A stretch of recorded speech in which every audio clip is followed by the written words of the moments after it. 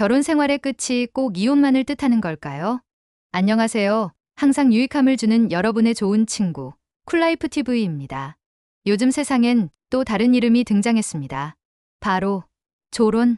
같은 지붕 아래 살지만 마음은 이미 다른 길을 걷는 부부들. 누군가에겐 자유와 자아실현의 선택처럼 보이지만 또 누군가에겐 외로움과 책임 회피의 또 다른 얼굴일 수 있습니다. 이 영상에서는 조론이란 무엇인지, 왜 지금 이 시대에 주목받는지, 그리고 그것이 진정한 해방일지 아니면 새로운 고통의 시작일지 함께 깊이 살펴보려 합니다. 1장. 조론의 의미와 배경. 조론이라는 말은 다소 낯설지만 그 뿌리는 이미 20여 년 전 일본에서 시작되었습니다. 2004년 일본 작가 스기야마 유미코가 펴낸 책 조론을 권하면서 처음 등장한 이 용어는 결혼을 졸업한다는 뜻을 지니고 있습니다.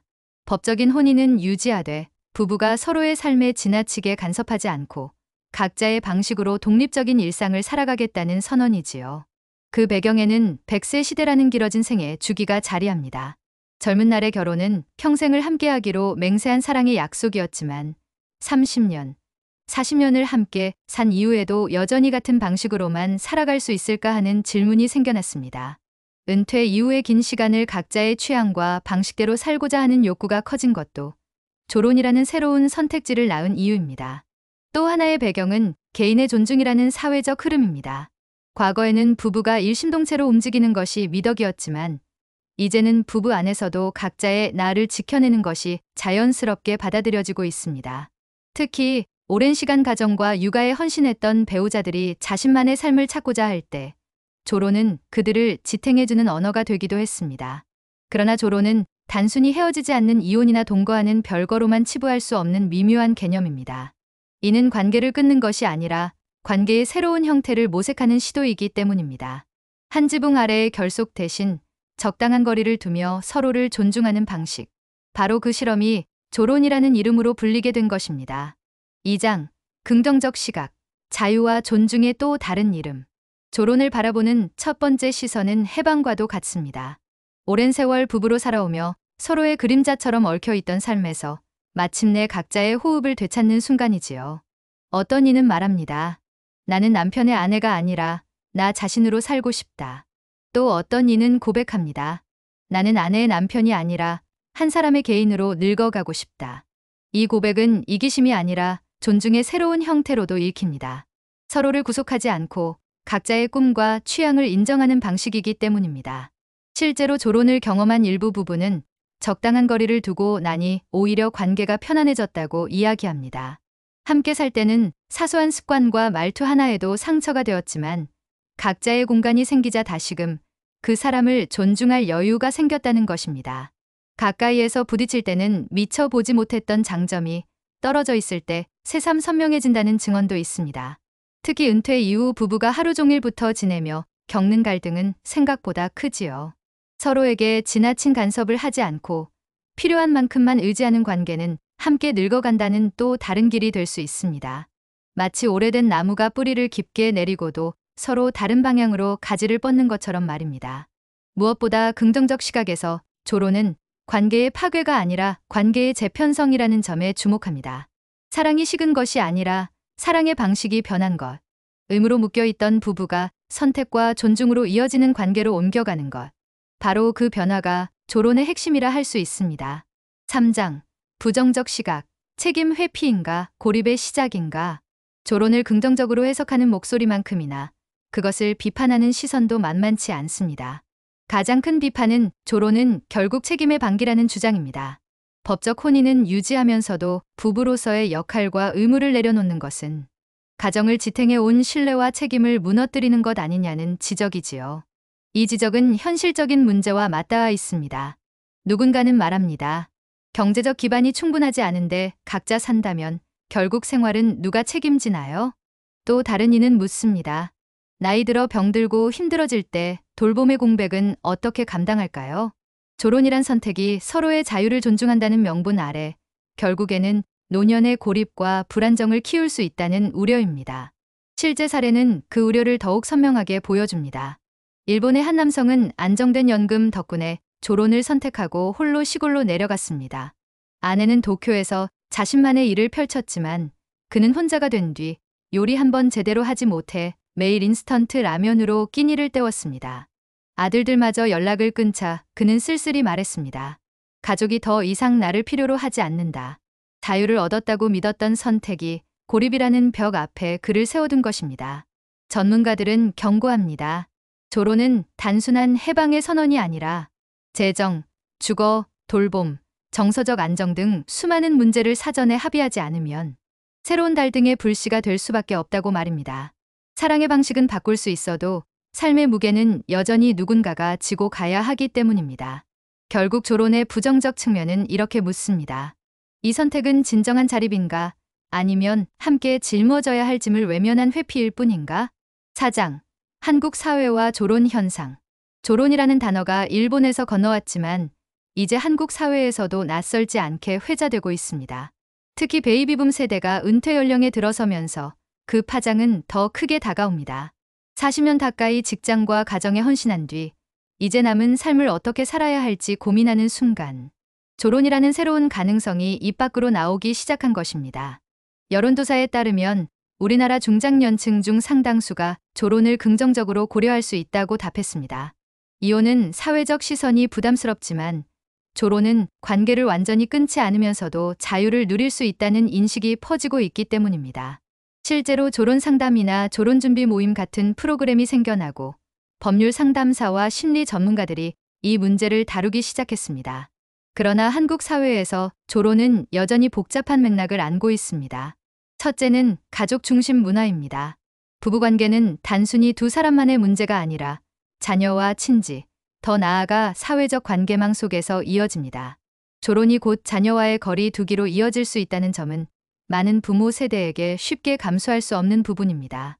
둘째는 경제적 불균형입니다. 한쪽 배우자가 경제적 자립 능력이 부족하다면 조론은 곧 불평등을 심화시키는 구조로 변할 수 있습니다. 예컨대 아내는 전업주부로 오랜 세월 살아왔는데 남편이 조론을 원한다면 이는 사실상 경제적 이별을 강요하는 셈이 될 수 있습니다. 셋째는 노년의 돌봄 문제입니다. 고령 사회로 접어든 한국에서 부부는 노후에 가장 가까운 보호자이자 돌봄 제공자가 됩니다. 조론을 선택한다는 것은 바로 이 돌봄 체계를 포기한다는 의미일 수도 있습니다. 따라서 조론은 단순한 개인의 자유 선언이 아니라 노인 복지와 가족 구조 전체에 영향을 주는 사회적 현상으로 봐야 합니다. 한국 사회에서 조론은 아직 확립된 제도도 사회적 합의도 부족합니다. 그렇기에 조론은 하나의 새로운 삶의 방식으로 주목받으면서도 동시에 위험한 실험처럼 여겨지기도 합니다. 5장. 노년의 삶과 인간관계의 재정립. 조론이라는 주제는 단순히 부부 사이의 문제를 넘어서 노년을 어떻게 살아갈 것인가라는 더 큰 질문으로 이어집니다. 나이가 들수록 삶은 더 느려지고 관계는 더 선명해집니다.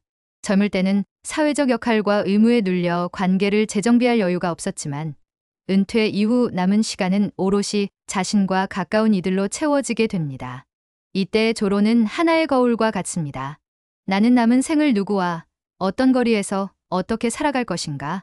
그 질문 앞에서 어떤 이는 자유를 택하고 어떤 이는 동행의 무게를 받아들입니다.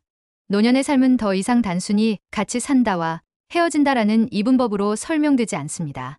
부부가 함께 있되 각자의 취향을 존중하는 방식, 또는 물리적으로는 떨어져 있지만 정서적으로는 연결되어 있는 방식 등 관계의 형태는 훨씬 다양해지고 있습니다. 이는 곧 인간관계의 재정립을 요구합니다. 또한 나이 들어 중요한 것은 단순한 동거가 아니라 존중과 배려의 온도입니다. 매일 얼굴을 마주하지 않아도 필요한 순간 서로에게 기대고 지지할 수 있다면 그것이 바로 관계의 힘입니다.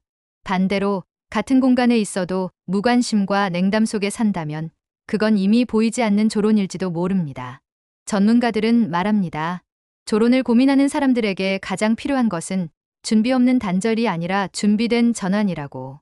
경제적 독립, 자기 생활 능력, 정서적 안정이 마련되지 않은 채 섣불리 거리를 두면 그것은 자립이 아니라 고립이 됩니다. 하지만 충분한 합의와 준비 속에 선택된 거리는 오히려 서로에게 새로운 존중을 낳을 수 있습니다. 결국 조론은 우리에게 인간관계의 본질을 다시 묻습니다. 함께 산다는 것은 무엇인가? 서로를 책임진다는 것은 어디까지인가? 노년의 삶에서 이 질문을 피할 수 있는 사람은 아무도 없습니다. 6장. 조론, 자유인가, 필요악인가? 조론을 두고 벌어지는 논의의 핵심은 단 하나의 질문으로 모입니다. 과연 이것은 자유로운 선택인가? 아니면 피할 수 없는 책임을 외면한 필요악인가? 긍정적 시각에서 보면 조론은 오랜 세월 부부로 얽힌 삶의 새로운 숨결을 불어넣는 방식입니다. 끊임없는 간섭과 갈등 속에서 지쳐있던 관계가 적당한 거리 덕분에 오히려 다시 회복되기도 합니다. 서로가 서로의 짐이 아닌 각자의 삶을 존중하는 동반자로 남을 수 있다는 점에서 조론은 결혼제도의 창의적 변주라 할 수 있습니다. 그러나 부정적 시각은 더 뼈아픈 질문을 던집니다. 만약 조론이 경제적 독립도, 생활 능력도, 정서적 준비도 없이 선택된다면 그것은 자유가 아니라 고립을 부르는 방치일 뿐입니다. 가족 관계를 해체하지 않고 유지한다는 장점 뒤에는 여전히 돌봄의 부재, 경제적 불균형, 사회적 시선이라는 문제들이 그림자처럼 따라붙습니다. 특히 노년의 삶은 누구도 홀로 완벽히 살아낼 수 없습니다.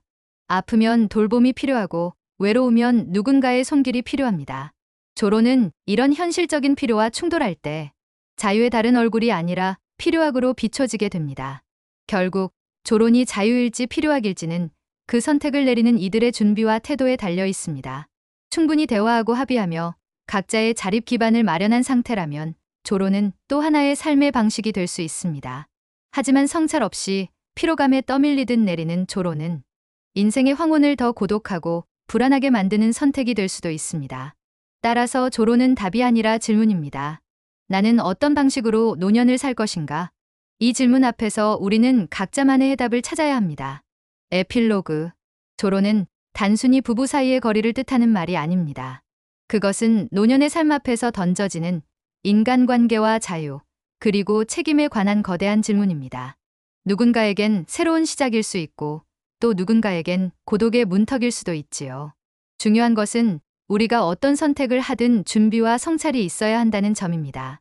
삶을 함께한 세월을 가볍게 버리기보다 존중과 배려의 눈으로 다시 바라본다면 조론은 관계의 끝이 아니라 관계의 또 다른 변주가 될 수 있습니다. 여러분의 삶과 관계는 어떤 모습으로 이어지고 계신가요? 그 질문에 답을 찾는 여정에 쿨라이프 TV가 늘 동행하겠습니다. 여러분의 구독과 좋아요, 공유는 행복한 노년의 가이드를 만나는 일입니다. 고맙습니다.